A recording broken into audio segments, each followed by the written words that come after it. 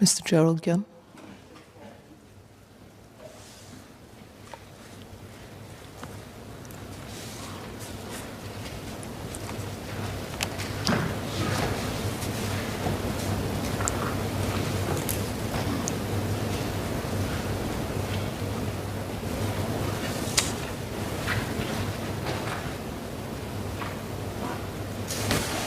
Madam Deputy Speaker, may I please address oral questions 4 and 5? Yes, please My go ahead. answers will also cover written questions numbered 1, 2, 3 from today's oral paper, as well as oral questions filed by Mr. Yip Hon Weng and Mr. Gerald Giam for future sittings. Madam Deputy Speaker, the national vaccination program has been progressing well. As of the 31st of July 2021, 61% of our population have completed the full vaccination regimen. We are also making steady progress with our seniors. 79% of those aged 70 and above have been vaccinated with at least one dose. More seniors are coming forward to be vaccinated. Each day, about 1,000 seniors sign up for their first dose. We have to continue encouraging our seniors to get vaccinated because they are the most vulnerable to serious illnesses. More than 96,000 or 21% of seniors aged 70 and above have not booked a vaccination appointment. This is 6 percentage points higher than the general population. We will continue to reach out to as many seniors as possible and encourage them to get vaccinated. Staff and volunteers from the People's Association and the Silver Generation Office have intensified their outreach efforts through house visits and engagement dialogues. They are trained and equipped with an information kit to correct misinformation about mRNA vaccines and allay the fears of seniors. MOH has also called on all primary care providers to persuade seniors who are their regular patients to go for their COVID-19 vaccination. Our mobile vaccination teams have started to provide bed-bound and less mobile seniors with vaccinations in their homes or in the heartlands. This service has started in a few towns with a higher proportion of seniors and complements the main vaccination efforts at the vaccination centers, all of which are wheelchair accessible. Individuals who have received one dose of an mRNA vaccine, an mRNA COVID-19 vaccine, but are unable to receive the second dose due to allergic reactions have been invited to take the Sinovac Coronavac vaccine. MOH has established a dedicated public health program for them to be vaccinated at a clinic in public hospitals for closer monitoring, considering their previous allergic reaction. These individuals who receive one dose of the mRNA vaccine and then complete the vaccination process with Sinovac or Coronavac will be considered as fully vaccinated. This group of individuals who are allergic to the mRNA vaccines may also choose to wait for the Novavax vaccine that MOH has procured and expects to be delivered by the end of the year. MOH and HSA are working closely with Novavax to facilitate the regulatory submission for their protein subunit vaccine. The review timeline will depend on the availability and the submission of data by the company to HSA. While we recognize the need to facilitate timely access to the vaccine, there should be no compromise on the scientific rigor of the assessment of their quality, safety, and efficacy. As for the Sinovac vaccine, on the 5th of July 2021, the company submitted to HSA the critical data requested by the agency for PSAR approval. HSA is conducting a careful and thorough review of the data and aims to complete its evaluation before the end of August. The national vaccination program will cover all who make Singapore their home or who are here for an extended period of time. We are reviewing how short-term pass holders, such as those who are more vulnerable and who have been in Singapore on an extended basis due to COVID-19 travel restrictions, may receive vaccinations. We will announce details later. Thank you, Madam Deputy Speaker. Mr. Gerald Giam.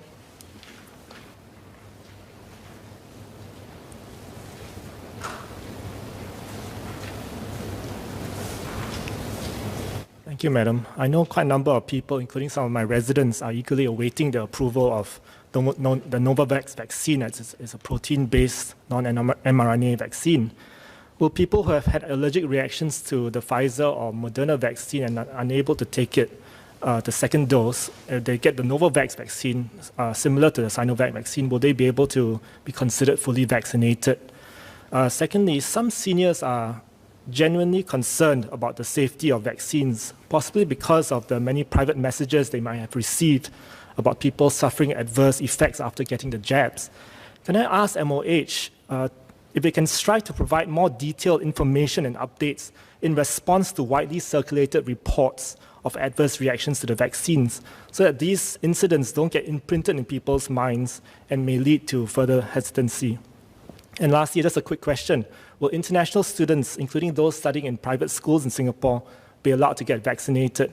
And are there plans to open up the vaccines to other non-residents once there's sufficient supply, possibly at a fee? Thank you. SMS Janil.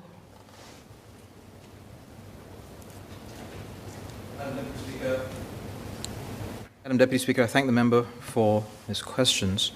So the first question was whether if somebody had had a first dose of mRNA COVID-19 vaccine and had allergic reaction and completed the process through Novavax, would they be considered fully vaccinated? I mean, so that's taking the analogy from what I've just described as the process where you take one dose of mRNA vaccine and then the second dose of the Sinovac coronavac vaccine. I think the first thing is we shouldn't try to second guess or jump the gun on the expert process, the professional process that needs to be undergone through our EC19 committee. We need the data submitted by Novavax. We need to study it and make sure that it meets the standards of quality, safety, and efficacy. And in principle, if it does meet those same standards, I see no reason why it shouldn't be considered in the same way as the other processes that I've just described. But I think it's premature at this point to guarantee that it will be so. We'll get the data, we'll put it through the process, and then we will announce the details later on. Mr. Giam brought up a very important point, which is that seniors can get concerned about private messages spreading vaccine misinformation or disinformation. Indeed, MOH continues to try to push back against this by putting out information, infographics. Everyone has a responsibility. It's not just MOH, but as a society, we do need to make sure that we are providing everyone, our families, our friends, our workplace contacts, reliable information and not inadvertently spreading misinformation, disinformation. We need to give them access to where they can also educate themselves and seek more information. So MOH will continue to call out false news, disinformation, put out timely facts and clarifications through the media as well as our various social media platforms. We try to maintain a sort of a central repository of this at the MOH website and at the gov.sg resources. Mr. Giam then asked about the possibility of international students, other non-residents receiving the vaccination. As I explained, we are studying how and when and the process through which people who are here for a shorter period of time can potentially get the vaccine, and details will be announced later. Ms. Herting-Rue.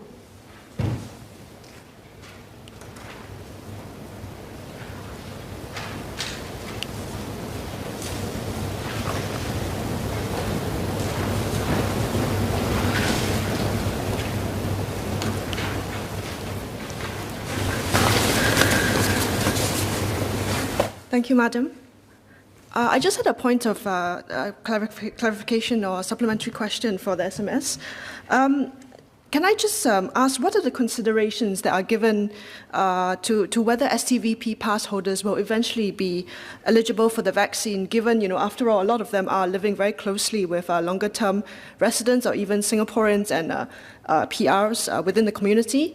So what are the reasons why they were not initially considered to be eligible for vaccinations, and what are the considerations now when the SMS has indicated that there's a review ongoing, and when will we expect to hear the outcome of this review? Thank you. SMS Janil.